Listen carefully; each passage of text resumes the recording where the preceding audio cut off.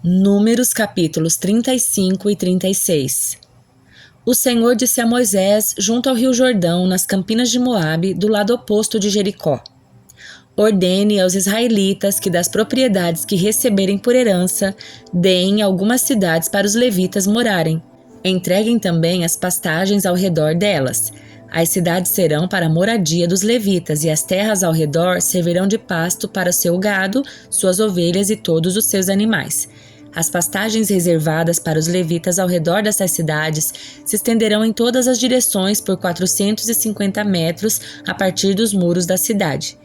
Meçam 900 metros fora do muro da cidade em todas as direções, leste, sul, oeste e norte, com a cidade no centro. Essa será a área de pastagem das cidades.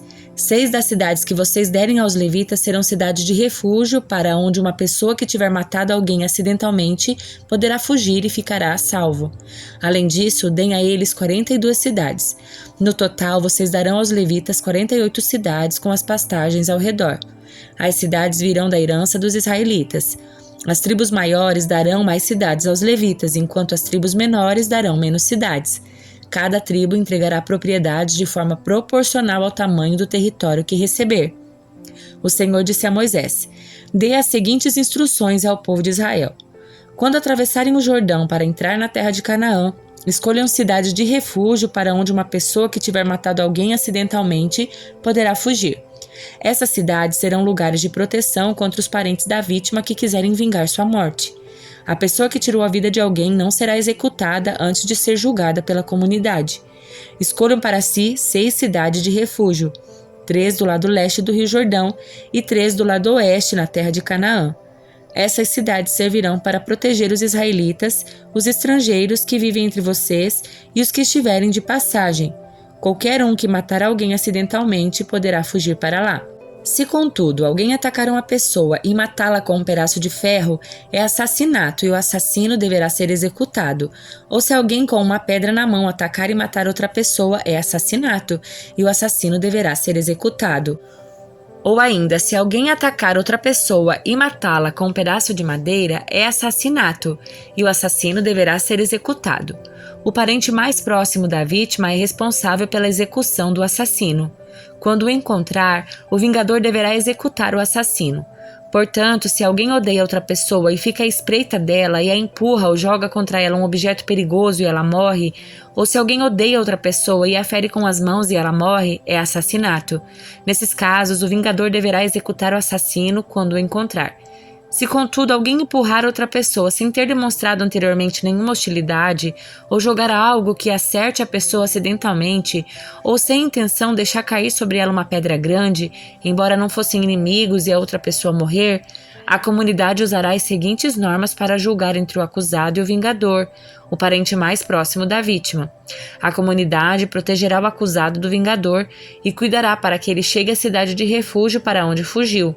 Ali, ele ficará até a morte do sumo sacerdote que foi ungido com óleo sagrado. Se, contudo, o acusado sair alguma vez dos limites da cidade de refúgio e o vingador o encontrar fora da cidade e o executar, essa morte não será considerada assassinato. O acusado deveria ter ficado dentro da cidade de refúgio até a morte do sumo sacerdote. Depois da morte do sumo sacerdote, porém, o acusado poderá voltar à sua propriedade. Essas são as prescrições legais a serem cumpridas de geração em geração onde quer que morarem. Todos os assassinos deverão ser executados, mas apenas se mais de uma testemunha apresentar provas. Ninguém será executado com base no depoimento de apenas uma testemunha. Jamais aceitem resgate pela vida de alguém que for declarado culpado de assassinato e condenado à morte. Os assassinos deverão sempre ser executados e jamais aceitem resgate de alguém que fugiu para a cidade de refúgio, permitindo com isso que o acusado volte à sua propriedade antes da morte do sumo sacerdote. Essa medida garantirá que a terra em que vivem não seja contaminada, pois os assassinatos contaminam a terra. O único sacrifício que fará expiação pela terra em caso de assassinato é a execução do assassino. Não contaminem a terra onde habitam, pois eu mesmo habito ali. Eu sou o Senhor e habito entre o povo de Israel. Os chefes das famílias do clã de Gileade, descendentes de Maquir, filho de Manassés, filho de José, apresentaram uma petição a Moisés e aos líderes de Israel, os chefes das famílias. Disseram eles: o Senhor o instruiu a repartir a terra por sorteio entre os israelitas. O Senhor também o instruiu a entregar a herança que pertencia a nosso irmão Zelofeade às filhas dele. Mas, se elas se casarem com homens de outra tribo de Israel, levarão consigo suas propriedades para a tribo dos homens com que se casarem. Com isso, a área total do território da nossa tribo será reduzida. Quando chegar o ano do jubileu, a porção de terra que elas receberam será anexada à porção dessa nova tribo, e essa propriedade será tirada da tribo dos nossos antepassados para sempre. Então, Moisés deu aos israelitas a seguinte ordem do Senhor: a preocupação dos homens da tribo de José é justa. É isto que o Senhor ordenou acerca das filhas de Zelofeade. Elas poderão se casar com quem quiserem, desde que seja alguém da tribo dos seus antepassados. Nenhuma terra poderá ser transferida de uma tribo para outra, pois a porção entregue a cada tribo deve permanecer com a tribo para a qual foi inicialmente designada. As filhas de todas as tribos de Israel que têm direito a herdar propriedades deverão se casar com homens de um dos clãs da sua própria tribo, para que todos os israelitas mantenham a propriedade dos seus antepassados. Nenhuma porção de terra poderá ser transferida de uma tribo para outra. Cada tribo de Israel manterá a porção de terra que recebeu como herança. As filhas de Zelofeade fizeram conforme o Senhor ordenou a Moisés. Maala, Tirza, Ogla, Milca e Noa se casaram com primos da família do seu pai, membros dos clãs de Manassés, filhos de José. Assim sua herança permaneceu no clã e na tribo dos seus antepassados. Esses são os mandamentos e os estatutos que o Senhor deu aos israelitas por meio de Moisés, enquanto estavam acampados nas campinas de Moabe, junto ao rio Jordão, do lado oposto de Jericó. Salmo de número 39. Para Jedutum, regente do coral, Salmo de Davi. Disse comigo: tomarei cuidado com o que faço e não pecarei no que digo. Ficarei calado enquanto o perverso estiver por perto. Mas, enquanto eu estava em silêncio, sem falar sequer de coisas boas, a angústia cresceu dentro de mim. Quanto mais eu pensava, mais ardia meu coração. Então decidi falar. Mostra-me, Senhor, como é breve meu tempo na terra.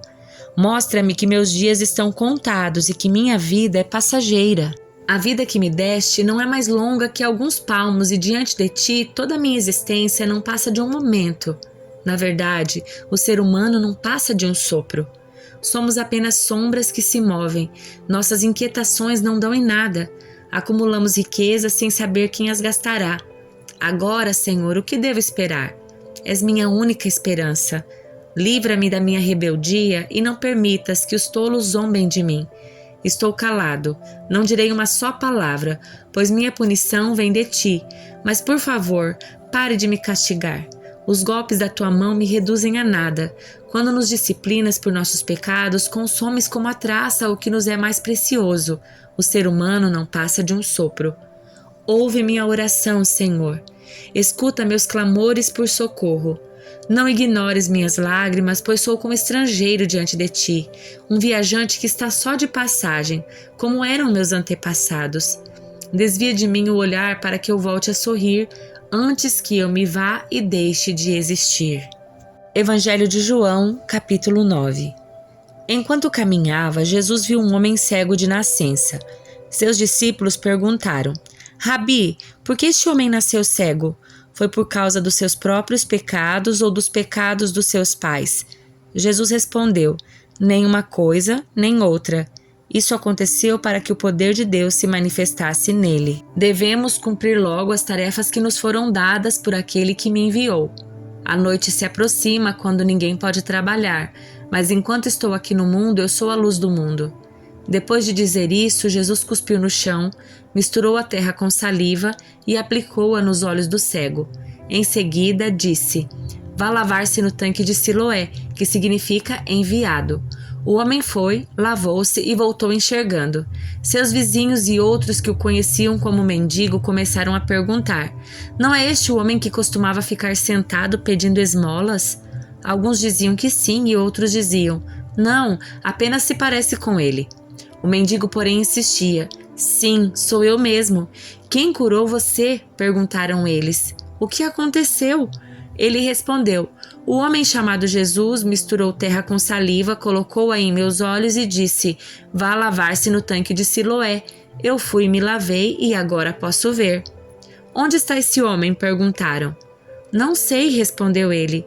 Então levaram aos fariseus o homem que havia sido cego, pois foi no sábado que Jesus misturou terra com saliva e o curou.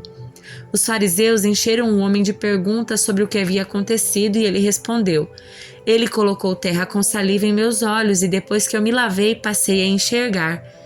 Alguns dos fariseus disseram: Esse homem não é de Deus, pois trabalha no sábado. Outros disseram: Mas como um pecador poderia fazer sinais como este? E havia entre eles uma divergência de opiniões. Os fariseus voltaram a perguntar ao homem que havia sido cego: O que você diz desse homem que o curou? Ele deve ser profeta, respondeu o homem. Os líderes judeus se recusavam a crer que ele havia sido cego e estava curado. Por isso mandaram chamar os pais dele e perguntaram: Ele é seu filho? Ele nasceu cego? Se foi, como pode ver agora? Os pais responderam: Sabemos que ele é nosso filho e que nasceu cego, mas não sabemos como pode ver agora nem quem o curou. Ele tem idade suficiente para falar por si mesmo. Perguntem a ele. Seus pais disseram isso por medo dos líderes judeus, pois estavam anunciando que se alguém dissesse que Jesus era o Cristo, seria expulso da sinagoga. Por isso disseram: Ele tem idade suficiente, pergunte a ele. Então, pela segunda vez, chamaram o homem que havia sido cego e lhe disseram: Deus é quem deve receber glória por aquilo que aconteceu, pois sabemos que esse Jesus é pecador. Não sei se ele é pecador, respondeu o homem, mas uma coisa sei: eu era cego e agora vejo. Mas o que ele fez? Perguntaram. Como ele o curou? Eu já lhes disse, exclamou o homem. Vocês não ouviram? Por que querem ouvir outra vez? Por acaso também querem se tornar discípulos dele? Então eles o insultaram e disseram: Você é discípulo dele, mas nós somos discípulos de Moisés. Sabemos que Deus falou a Moisés, mas nem sabemos de onde vem esse homem. Que coisa mais estranha, respondeu o homem. Ele curou meus olhos e vocês não sabem de onde ele vem? Sabemos que Deus não atende pecadores, mas está pronto a ouvir aqueles que o adoram e fazem a sua vontade. Desde o princípio do mundo, ninguém foi capaz de abrir os olhos de um cego de nascença. Se esse homem não fosse de Deus, não teria conseguido fazê-lo. Você nasceu inteiramente pecador, disseram eles. E quer ensinar isso a nós? Então o expulsaram da sinagoga. Quando Jesus soube do que havia acontecido, procurou o homem e lhe disse: Você crê no Filho do Homem? Quem é ele, Senhor? Perguntou o homem. Eu quero crer nele. Jesus respondeu: Você o viu e ele está falando com você. Sim, Senhor, eu creio, declarou o homem, e adorou a Jesus. Então Jesus disse: Eu vim a este mundo para julgar, para dar visão aos cegos e para fazer que os que veem se tornem cegos. Alguns fariseus que estavam por perto ouviram e perguntaram: Você está dizendo que nós somos cegos? Se vocês fossem cegos, não seriam culpados, respondeu Jesus. Mas a culpa de vocês permanece, pois afirmam que podem ver.